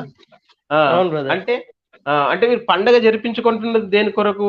ఆర్భాటం కొరకనమాట. ఆర్భాటం కొరకు వాళ్ళు ఆనందపడటానికి కానీ, వాక్యం విని మనల్ని మనం రక్షించుకుందాం. దేవుని వాక్యం వింటే, ఆ వాక్యం మనల్ని రక్షిస్తుంది, మనల్ని శక్తివంతులుగా చేస్తుంది అన్న ఆలోచనతో చాలా మంది తెలియకుండానే జరుపుకుంటున్నారు బ్రదర్ పండుగ. అవును. అందుకే పండగ మన మన ఆత్మను రక్షించేది వాక్యము కాబట్టి, వాక్యాన్ని మనం అంగీకరించినప్పుడు, వాక్య ప్రకారంగా మనం బ్రతుకుతున్నప్పుడు దేవునికి ఆనందం. పండగ అవును చేసుకో బ్రదర్. తప్పు లేదు. కానీ నువ్వు పండగ చేసుకుంటా నాకు వాక్యం వద్దనంటే దేవుడు ఆనందపడడు. నీ పండగలు అన్నిటికంటే ఎక్కువ ఏముండాలి? వాక్యం ఉండాలి. ఆ పండగ దినంలో నీవు ఎక్కువగా దేంట్లో గడపాలి? ఆత్మ వాక్యంలో సంబంధమైనటువంటి గడపాలి. వాతావరణంలో గడపాలి, వాక్యంలో గడపాలి. ఆ వాక్యం మనకి ఎలా ఎలా గద్దిస్తుందో, ఆ వాక్యం మనం ఏమేమి నేర్పిస్తుందో, వాటన్నింటిని నేర్చుకొని మనం బ్రతుకుతున్నప్పుడు దేవునికి ఆనందము. అంతే గదా. దేవునికి ఆనందము అవును. తప్ప, మన పిండి బట్టల వల్ల, మన కొత్త బట్టల వల్ల దేవుడు ఆనందపడడు బ్రదర్. మన ప్రవర్తన వలన, మన నడవడి వలన దేవుడు ఆనందపడతాడు. దేవుడు చెప్పాను గదా ఇంతకుముందు, దేవుడు దేంట్లో ఆనందపడతాడు, దేని విషయమై ఆనందపడతాడు అనంటే బ్రదర్, ఒక ఆత్మ రక్షింపబడినప్పుడే, ఒక ఆత్మ దేవుని యొద్దకు మనం మన మాటల ద్వారా, దేవుని వాక్యం ద్వారా చేర్చినప్పుడు, లేదా మన ప్రవర్తన ద్వారా ఒక ఆత్మను రక్షించినప్పుడు దేవుడు ఆనందపడతాడు. అందుకే అంటాడు గదా, అగ్నిలో నుండి కొందరు లాగినట్టు ఆ! లాగాలి అని కొందరిని అంటాడు కదా బ్రదర్. ఆ! అవును. అగ్నిలో నుండి రక్షించినట్టు కొందరినైనా రక్షించాలి. రక్షించాలి. అగ్నిలో నుండి లాగాలి అంటే, అలా రక్షిస్తే దేవునికి ఆనందం అన్నమాట. ఒక నశించిపోయే ఆత్మను యేసుక్రీస్తు ప్రభుల వారు ఎందుకొచ్చాడు? నశించిన దానిని వెదికి వెతికి రక్షించు. రక్షించడానికి వచ్చాడు. అందుకే తన ప్రియ కుమారుడు ఆయనను చూసి నేను ఆనందపడుతున్నానంటాడు. యేసుక్రీస్తు ప్రభుల వారు బ్రదర్, ఈ లోకంలో వచ్చినప్పుడు, ఈ లోకంలో వచ్చినది మొదలుకొని తను ఎక్కడైనా కూడా మనకు విశ్రాంతి తీసుకున్నట్టుగా, లేదా బాప్తిస్మము తీసుకున్న నాటి నుండి తను చేయవలసినటువంటి పనులన్నీ కూడా నెరవేరుస్తూనే వచ్చినట్టుగా మనకు కనబడుతుంది బ్రదర్. ప్రతి విషయంలో కూడా ఇదిగో నేను ఎవరితోనూ దేవుని అవునవును. మాటలు పంచుకోవాలి, ఆత్మను రక్షించుకోవాలి కదా. ఇగో పగలనలేదు, రాత్రి అనలేదు, సమయం అనలేదు, అసమయం అనలేదు. ఇదిగో ఎక్కడెక్కడ సువార్త ప్రకటించాలో ఆ ప్రాంతాలన్నింట కూడా ప్రకటించడం జరిగింది. నిద్ర లేకుండా, ఆహారం లేకుండా, కాలినడకన తిరుగుతూ, సముద్ర ప్రయాణం చేస్తూ, ఇదిగో అనేక ప్రాంతాలలో సువార్తను ఆయన ప్రకటించడం జరిగింది. ఆయన దేవుని యొక్క వాక్యాన్ని ప్రకటించడం జరిగింది. అందుకే ఈ లోకానికొచ్చాడు. అలా చేసినటువంటి తన సువార్తను ప్రకటించి అనేక ఆత్మలను రక్షించాడు గాబట్టి, అనేకులను తండ్రి యొద్దకు చేర్చాడు కాబట్టే, ఇదిగో తండ్రి అయినటువంటి దేవుడు అంటున్నాడు, ఈయన యందు నేను ఆనందించుచున్నాను. ఆనందించుచున్నాను. కాబట్టి మనము కూడా మన సువార్త వలన, మన వాక్యం వలన, క్రీస్తు మనకిచ్చిపోయినటువంటి ఈ బైబిల్ ద్వారా, ఈ వాక్యం ద్వారా అనేకులను చెప్పి దేవుని యొద్దకు నడిపించటం వలన అది ఆనందం అన్నమాట. నువ్వు పండగ చేసుకో అవును. తప్పులేదు. ఆ పండగ ద్వారానైనా, ఆ పండగలో కూడా వాక్యం ప్రకటించి దేవుని యొద్దకు నడిపించటం కదా. అవును బ్రదర్. ఆ ఏ పండగ రకంగానైనా చేసుకోవడంలో పండగ ఆ! చేసుకోవడంలో తప్పు లేదు గానీ, పండగ పేరుతో, యేసు పేరుతో పాపం చేయడమే ఆ! తప్పు. అంటే ఏమంటారు అది, అర్థాన్ని పక్కకు పెట్టి, పరమార్థాన్ని పక్కకు పెట్టి ఏది చేసినా ఆ! దేవుని దృష్టిలో పాపం. మనుషులుగా మన మనసుల్లో తప్పు అని తెలిసినా పర్వాలేదులే, తప్పు కాదులే అని మనం అనొచ్చు. కానీ దేవుడు అలా అన్నాడు కదా. పండగ చేసుకోవడం తప్పు కాదు అని మనం ఎదుటోళ్ళు ఏమైనా అంటారేమో అని అనొచ్చు. కానీ దేవుడు అలా అనే, దేవుడు ఎవరికి భయపడేవాడు కాదు కదా. దేవుడు సూటిగా చెప్తాడు, ఇది ఆయనకి ఇష్టం లేని దాన్ని ఇష్టం లేదంటాడు, దాన్ని పాపమైన దానిని పాపమే అని అంటాడు.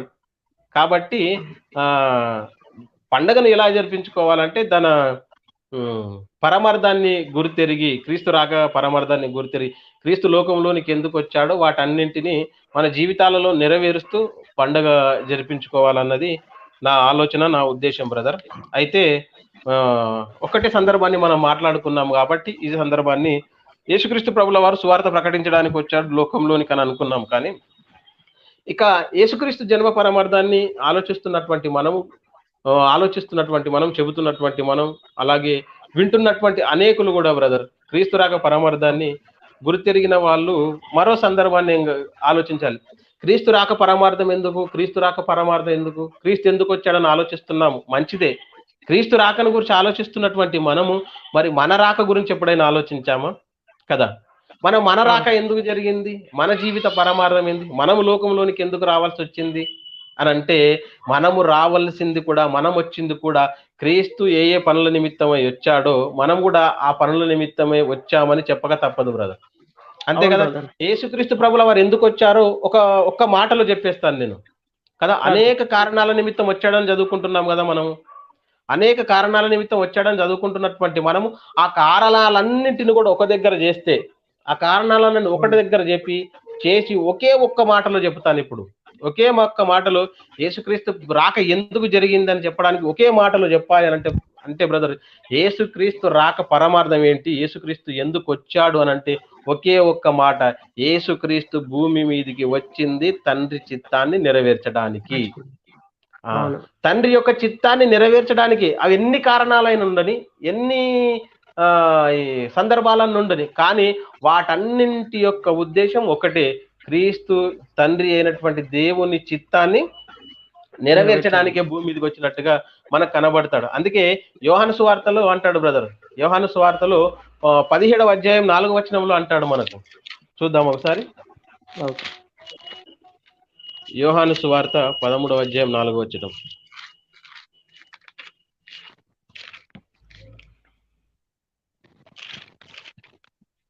యోహాను సువార్త 17వ అధ్యాయం 4వ వచనం బ్రదర్.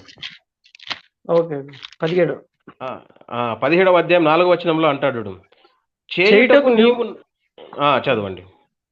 చేయుటకు నువ్వు నాకిచ్చిన పని నేను సంపూర్ణంగా నెరవేర్చు భూమి మీద నన్ను మహిమపరిచితివి తండ్రి, లోకము పుట్టక మునుపు. సరే బ్రదర్ కదా. ఈ మాటలను చూడండి, మనం ఆలోచిస్తే చేయుటకు నీవు నాకిచ్చిన పని అంటున్నాడు తండ్రి అయిన దేవునితో యేసుక్రీస్తు ప్రభుల వారు.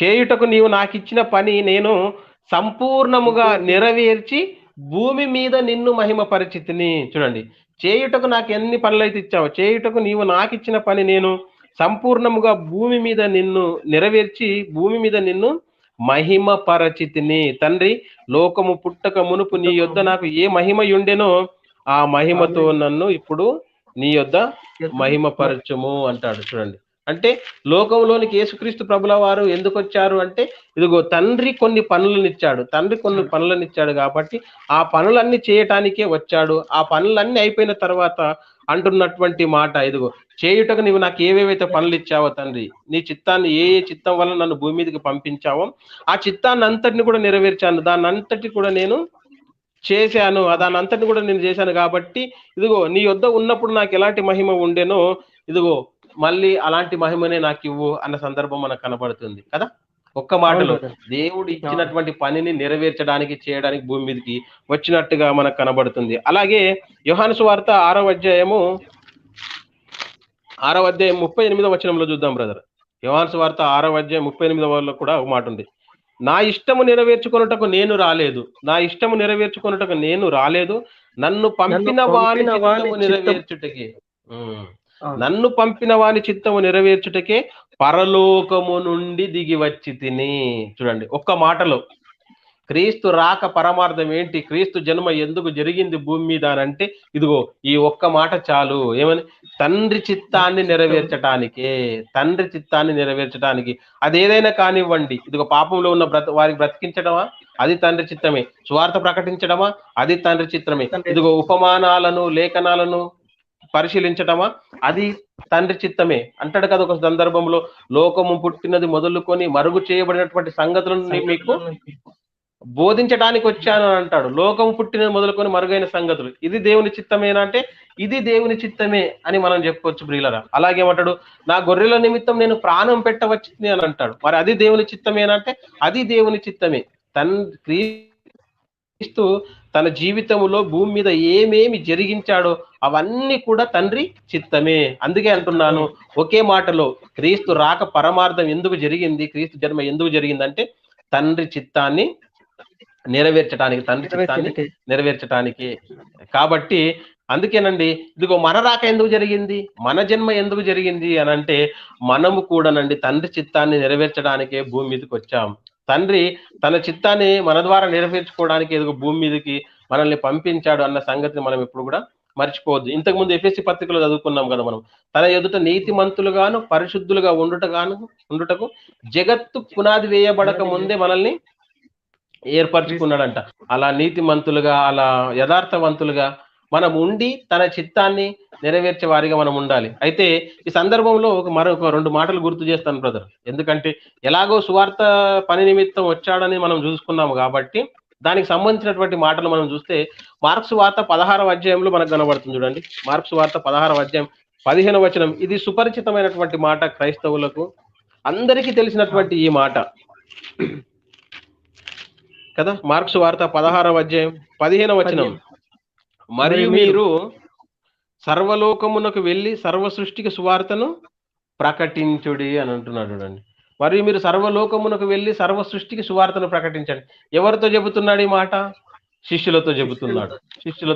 మరి శిష్యులు ఎవరు అని అంటే ఇదిగో యేసుక్రీస్తును నమ్మి ఆయనను అంగీకరించి ఆయన కొరకు బ్రతకాలనుకున్న వాళ్ళందరూ కూడా శిష్యులే. క్రైస్తవులంతా శిష్యులే. కాబట్టి ఆ క్రైస్తవులతోనే దేవుడు చెబుతున్నటువంటి మాట, ఎవరైతే క్రైస్తవులుగా ఉన్నారో, నన్ను వెంబడిస్తున్నారో, నన్ను పోలి నడుచుకోవాలని ఎవరైతే అనుకుంటున్నారో వాళ్ళందరితో అంటున్నటువంటి మాట, మీరు సర్వలోకమునకు వెళ్ళి సర్వ సృష్టికి సువార్త ప్రకటించండి. ఇది ఆజ్ఞగా కనబడుతున్నది చూడండి మనకు. సువార్తను ప్రకటించండి అని అంటే సువార్త ప్రకటించడానికి యేసుక్రీస్తు ప్రభుల వారు మాత్రమే కాదు, నువ్వు వచ్చావు, నేను వచ్చాను, అనేకులు వచ్చారన్నమాట కదా. మన మీద కూడా సువార్త చెప్పండి బ్రదర్. యేసు ప్రభు వారు బాధ్యత ఇస్తున్నట్టు కనబడుతుంది బ్రదర్ ఇక్కడ మనకు బాధ్యత ఇస్తున్నాడు తండ్రి చిత్త. అందుకే అంటాడు కదా, మనకు మాదిరి ఉంచిపోయాను అని అంటాడు.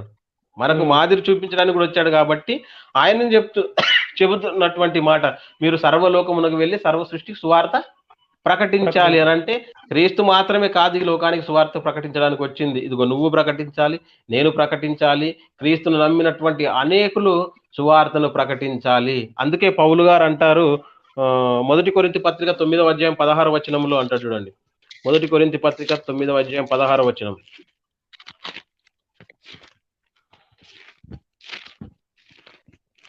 నేను సువార్తను ప్రకటించుచున్నాను, నాకు అతిశయ కారణము లేదు. సువార్తను ప్రకటించవలసిన భారము నా మీద మోపబడి ఉన్నది, నా మీద మోపబడి ఉన్నది అని అంటున్నట్టు చూడండి. నేను సువార్తను ప్రకటించుచున్నాను, నాకు అతిశయ కారణము లేదు. సువార్తను ప్రకటింపవలసిన భారము నా మీద మోపబడి ఉన్నది. అయ్యో, నేను సువార్తను ప్రకటింపకపోయిన ఎడల నాకు శ్రమ అంటు చూడండి. అంటే పౌలు గారు ఏమంటున్నాడు? పౌలు గారికి ఒక న్యాయం, మనకొక న్యాయం కాదు కదా. పౌలు గారి జన్మ పరమార్థం ఒకటి, మనది ఒకటి అనేది కాకుండా మానవులందరినీ దేవుడు ఒకే ఉద్దేశంతోనే సృష్టించినట్టుగా మనకు కనబడుతుంది కదా బ్రదర్.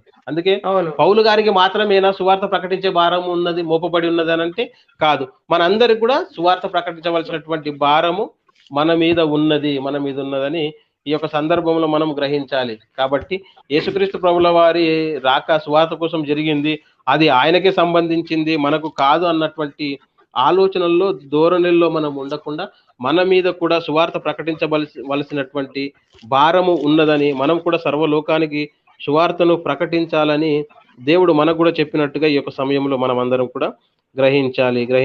కాబట్టి ఈ సందర్భంలో నేను చెప్తున్నటువంటి విషయం ఏంటంటే, క్రీస్తు రాక జన్మ పరమార్థం ఎందుకు ఆలోచిస్తున్నటువంటి మనము, మన రాక పరమార్థాన్ని కూడా మనము గ్రహించాలి. మన జన్మ కూడా ఎందుకు జరిగిందో మనం ఆలోచించినట్లయితే మన బ్రతుకులను కూడా మార్చుకునే వీలుంటుందని నా ఉద్దేశ్యం బ్రదర్. యేసుక్రీస్తు ప్రభుల వారు తన చిత్తాన్ని నెరవేర్చడానికి వచ్చాడు.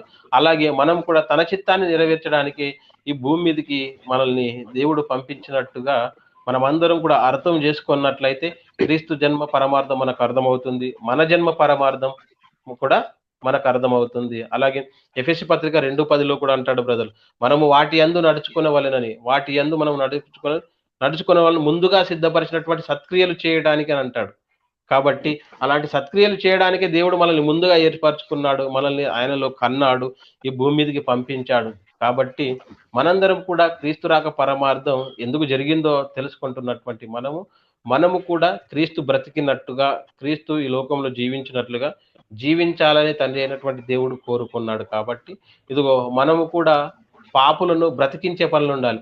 పాపులమైనటువంటి మనల్ని యేసుక్రీస్తు ప్రభుల వారు సువార్త ద్వారా, తన వాక్యం ద్వారా, తన రక్తం ద్వారా ఎలాగైతే మనల్ని బ్రతికించాడో మనము కూడా పాపులైనటువంటి వారిని కదా, ఇంకా క్రీస్తును ఎరగకుండా, సువార్త తెలియకుండా కదా, రక్షణ అనేది తెలియకుండా ఉన్నటువంటి వారికి సువార్తను ప్రకటించి, వాక్యాన్ని బోధించి, లోకానుసారంగా మరణంలో ఉన్నటువంటి వారికి ఆత్మ సంబంధమైనటువంటి జీవములోనికి ప్రవేశించడానికే మనం వచ్చాం. జీవములోనికి ప్రవేశింపజేయడానికి. అది ఎలా సాధ్యము అని అంటే ఇదిగో ఆ వాక్యమే బ్రతికిస్తుంది అంటున్నాడు కదా. శక్తిగల వాక్యం, మన ఆత్మను రక్షించే శక్తిగల వాక్యము. కాబట్టి ఆ శక్తిగల వాక్యమును మనం ప్రకటించినట్లయితే అనేకులను రక్షించే అవకాశం మనకు ఉంటుంది. కాబట్టి ఆత్మలను రక్షించే భారము మన మీద కూడా ఉంది. సువార్తను ప్రకటించే భారము మన మీద కూడా ఉన్నది కదా. క్రీస్తును ప్రకటించే భారం మన మీద కూడా ఉన్నది. కాబట్టి క్రీస్తు జన్మ పరమార్థాన్ని తెలుసుకొని గురితెరిగి విడిచిపెట్టి మన రాక పరమార్థాన్ని మర్చిపోయే వారికి మనం ఉండకుండా, మనము క్రీస్తు రాక పరమార్థాన్ని గురితెరిగి, మన రాక పరమార్థాన్ని కూడా గురితెరిగి, మనం ఏం చేయాలో, దేవుని చిత్తం ఏంటో గ్రహించి ఆయన చిత్తాన్ని నెరవేర్చిన వారిగా మనం ఉన్నట్లయితే దేవుడు మనల్ని చూసి ఆనందపడతాడు, మనల్ని చూసి సంతోషపడతాడు. తనున్నటువంటి మహాలోకంలో మనకు కూడా స్థానాన్ని ఇచ్చే అవకాశం ఉంటుంది బ్రదర్. అది ఓకే బ్రదర్.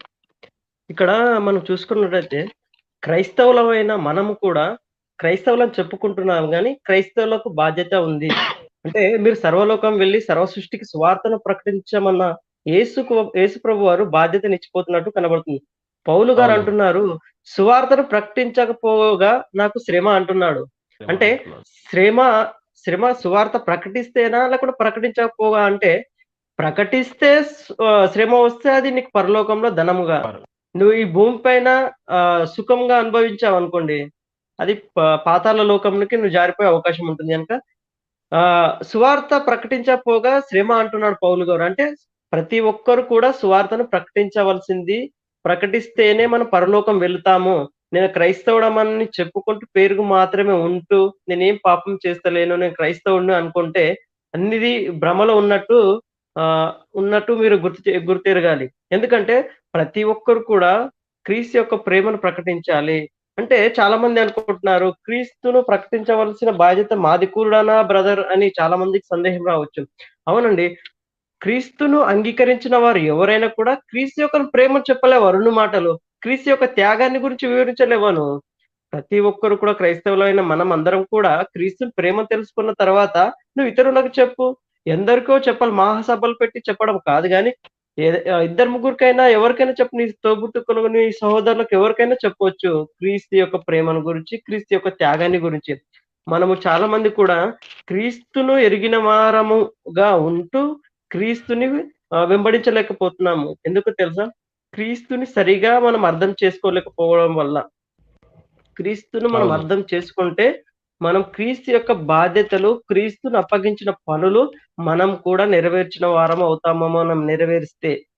తండ్రి అంటాడు అప్పుడు యేసు ప్రభుని చూసి, ఈయన యందు నేను ఆనందించుచున్నాను అనే మాట మనం కూడా నా కుమారుని ద్వారా నేను ఆనందిస్తున్నాను అని చెప్పుకునే పరిస్థితిలో ఉండాలి మనము. కానీ ఈయన యందు నేను దుఃఖపడుతున్నాను అనే పరిస్థితిలో ఉండకూడదు ప్రియమైన వారలారా. ఎందుకంటే క్రీస్తును మనము వెంబడించాలి, క్రీస్తు యొక్క ప్రేమను ప్రకటించాలి, తండ్రి ఇచ్చిన పనులను కూడా మనం నెరవేర్చాలి. అంటే క్రిస్మస్‌లో క్రీస్తు యొక్క పరమార్థము తెలుసుకోవాలి.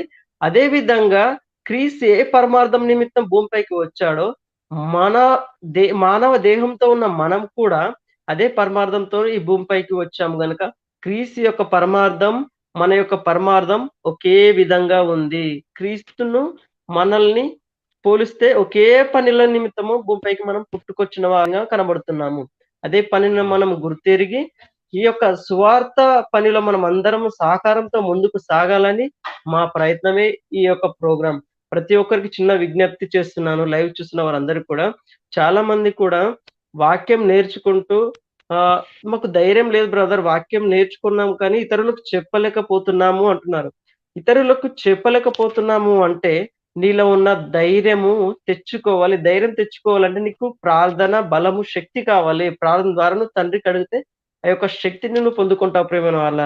అంటే ప్రతి ఒక్కరు కూడా క్రీస్తుని ప్రేమను ప్రకటించవలసిన బాధ్యత మనది ఉన్నప్పుడు, నువ్వు భయపడకుండా 2 మాటలైనా మీరు చెప్పడానికి అవకాశం ఇచ్చాడు గనుక దేవుడు, ప్రతి ఒక్కరు కూడా క్రీస్తుని ప్రేమను ప్రకటించవలసిందిగా నా యొక్క మనవి.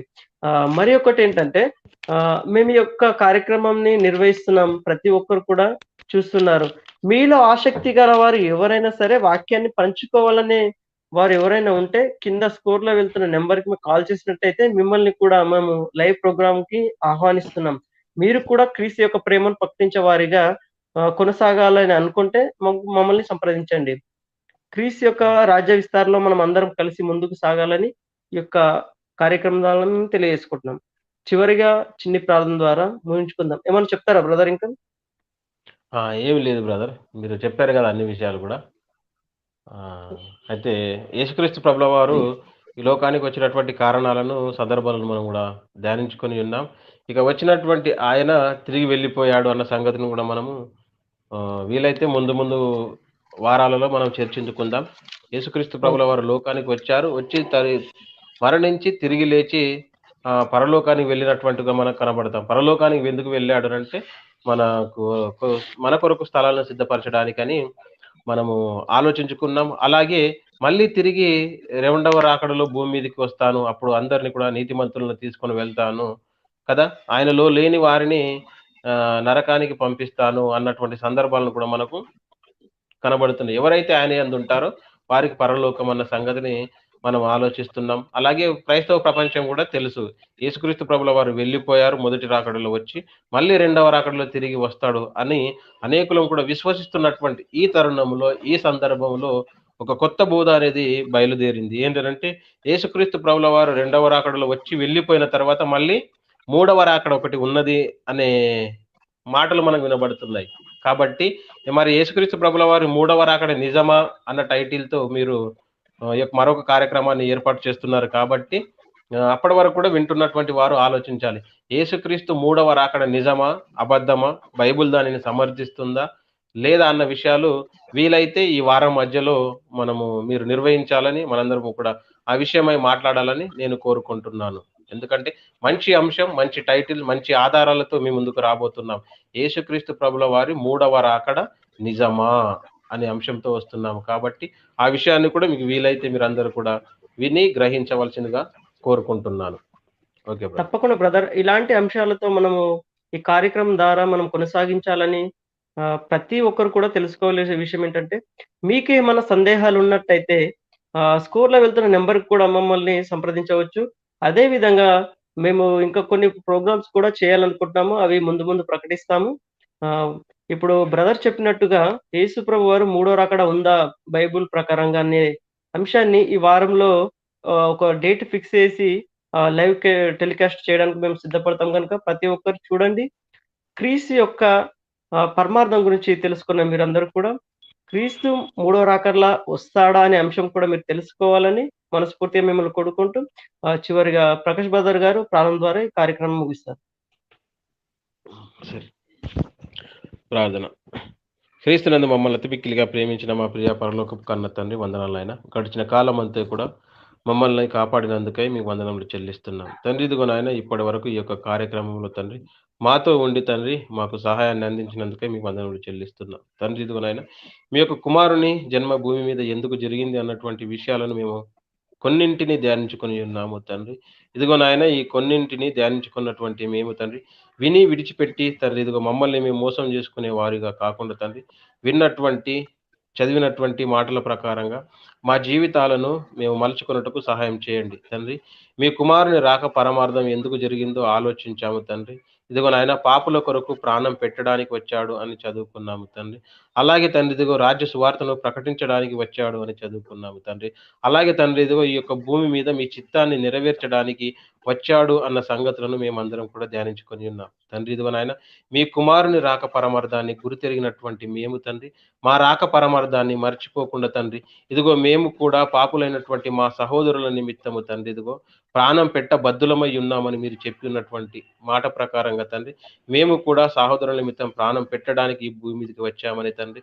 అలాగే తండ్రి ఇదిగో అనేకులకు మీ యొక్క మాటలు, మీ కుమారుని యొక్క మాటలు తండ్రి సువార్తను ప్రకటించడానికి, ఆ ప్రకటించవలసినటువంటి భారము మా మీద కూడా ఉన్నది అని తండ్రి ఇదిగో మా యొక్క రాక పరమార్థను కూడా మేము గుర్తెరిగి మలుసుకొనుటకు కృప చూపించమని కోరుకొనుచున్నాను తండ్రి. మీ యొక్క కుమారుని రాక పరమార్థాన్ని గుర్తెరిగినటువంటి మేము తండ్రి, ఈ మాటలు విన్నటువంటి అనేకులు తమ రాక పరమార్థాన్ని కూడా గుర్తెరిగి తండ్రి, ఇకనైనా మా యొక్క రాక ఎందుకు జరిగింది అని ఆలోచిస్తూ తండ్రి, అలా బ్రతుకుటకు తండ్రి, మీ కొరకు ప్రకటించుటకు, మీ కొరకు బ్రతుకుటకు, మీ కొరకు జీవించుటకు కావలసినటువంటి మనస్సులను నాకును, మాకును, అనేకులకు అనుగ్రహించమని కోరుకొనుచున్నాను తండ్రి.